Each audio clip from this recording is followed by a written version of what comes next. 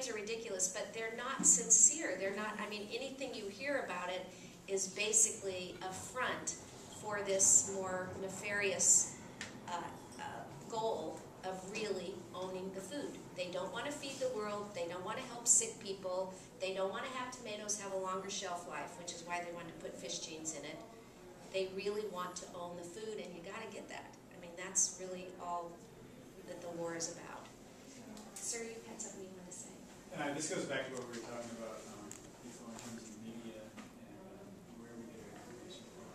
And Monsanto, I would consider like National Public Radio a good source, but listening to it, I hear they are sponsored by Monsanto. Are you serious? Yeah. Oh, that's really exciting. And they're greenwashing. And by Bank of America. Yeah. So where do we go for information? I know that the Internet. internet. And there's one station out of LA called Yeah. Can I give a book title? Pacific KPFK. Yeah. Books, libraries are good places to go. Radio, and I hope, well, I would recommend reading Diet for a Hot Planet by Anna LaPay. That's a much more pop culture-y, palatable form of this information. But Hope Not Hype by Jack Heinemann, professor of genetics and molecular biology. It is a damning assessment of GMOs, GE foods, and seeds from a scientist. And it's all science. He cites the studies. He goes into so much depth. It is overwhelming. What's the title? Hope Not Hype. A couple chapters are available for free on the internet. Yeah. And basically what, I'll get to you in a minute, Sorry. what's possible and what needs to happen, and not just on this issue, but on so many of the issues that are affecting us, is we first of all have to face where we are in this country. And we are in a, let's see, Frances Moore LaPay has this great phrase. She calls it, she said, I don't like to use the F word, which is fascism. So I use this other word about corporate control. But we are in a country that is now dominated by corporate interests. End of story. We have one slight avenue of potential success, and that is public financing of political campaigns. That's sort of where we are.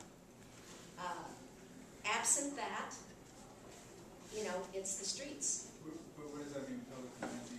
Public financing of campaigns means that someone, let's say Evelyn wants to run for Congress. Instead of going to the pharmaceutical companies or the bankers or whoever, she goes out and collects a set number of $5 contributions, pretty high threshold, like maybe 700 $5 contributions, and she gets double that in signatures from people that vote in her district, and then that qualifies her. She turns all that in, and that qualifies her for public money.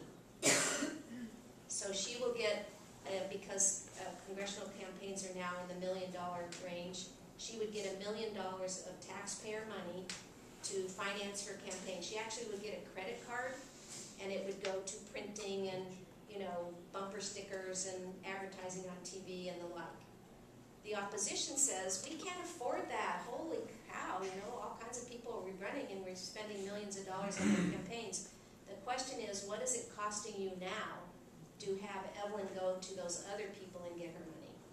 Well, that's the thing, and that's great and everything, but the Supreme Court just passed a law saying that corporations can give unlimited amount of money towards political campaigns. Yeah, that's what we're up against. This is not corporate money. This is public money. So when Evelyn runs, she represents us. She doesn't represent those corporations. And we already have it in a few states where they're doing Maine and Arizona. In fact, the governor of Arizona, who just signed that horrible bill, is a publicly financed campaign candidate. But she is representing her constituents in that. We have a ballot measure on our November ballot for this. You can speak to it, I'm sure. Is it 14? I don't know, but it would increase the fee that you have to pay to register as a lobbyist. Oh, And that. that will finance public funding just for the Office of Secretary of State. Yeah, that's a great one. That's a beginning. Do you know, what do you think it takes to register as a lobbyist in California? $12.50. $12.50. That's the fee a lobbyist has to pay. But again, don't get distracted that it's the lobbyist. Lobbyist is a working staff for the real interest, which are the corporations. Yes, sir. So does anyone here know who Mike Adams, the health ranger, is? Have you ever heard of him? I just like everyone should, I take everything with a grain of salt from the internet. However, I have been a fan of this gentleman and been following him for about 2 years. He's got a site called naturalnews.com. And what I like about him is he allows both citizen journalists and advocates as well as professional researchers to provide information to the site. So there's some validity to it, I'd say. But I learned, this is what I just learned last week from that site, and it pertains to this seminar, which is that the University of Edinburgh, I believe, in London, just did a study to find out just how bad genetically modified foods can invade someone's body. And it's not just that they're dangerous because they don't have as much nutrition or they kill the insects that feed off of them or what have you. It's that they actually, when you ingest them, either directly or through other organisms that you eat, they have the ability to genetically change your genes in your body. So, which is a step further than just saying, well, it's genetically modified, so it's not going to be as healthy for me as a whole food would be. It actually can change your genetic makeup, which is so alarming to me. We will not see it now, because it Correct. hasn't even gone into One generation. generation, right. Yeah. Can I give you a caveat? I've seen provably false information on that site. That particular thing Correct. might be true, Correct. but that site is one where if I see it on Natural News, I go, never mind. Oh, yeah, but some of it is very good. He's Some It's of it also might be right. summarized in the most recent issue of, I think, Scientific American, Oh, or maybe Mother Earth News, I can't remember, because I read both of them, Yeah. but it's in one of the recent issues of one of those two. Right, I think it's right. Scientific American. The University of Newcastle in England actually did the pioneering studies that found herbicide-resistant genes were being found in human gut, and that they were transgenic in their gut nature. bacteria? Yeah. Okay, gut bacteria, not people. The human gut bacteria, Yeah. right. But making that change. Wow. So, if we want to review why it's harmful, first of all, the most salient argument for Julie there, trying to tell your friends, is this is an untested technology. The only research that's being used to validate it comes from the industry itself. There are no third-party studies that are accepted about the safety of GE food before it goes to market. So it goes to market because the company that has the seeds says it's safe. So no third-party studies, and certainly no longevity studies are happening. There are allergens which may or may not affect you, but affect a lot of people. People can be at risk of death if they, for example, eat the wrong kind of nut.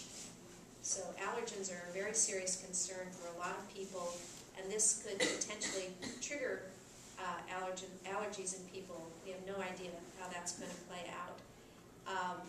They want to use farm crops to grow pharmaceutical drugs.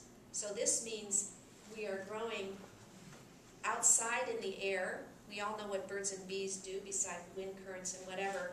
They want to grow their pharmaceutical experimental crops outdoors. In 2002, corn that was genetically engineered to produce a pharmaceutical drug contaminated a grain elevator of non-GE soybeans worth about $3 million. Fortunately, that farm crop was interdicted by the government, and we did not have it throughout the farms, throughout the food supply, but it certainly could have been easily transferred. So I know if a seed lands on the farmer's property, the Monsanto can go and sue them. Right. But and they Can't the get, farmers sue Monsanto for that? not yet. Actually, in the last session for seed sovereignty, they said that the people who have farmers are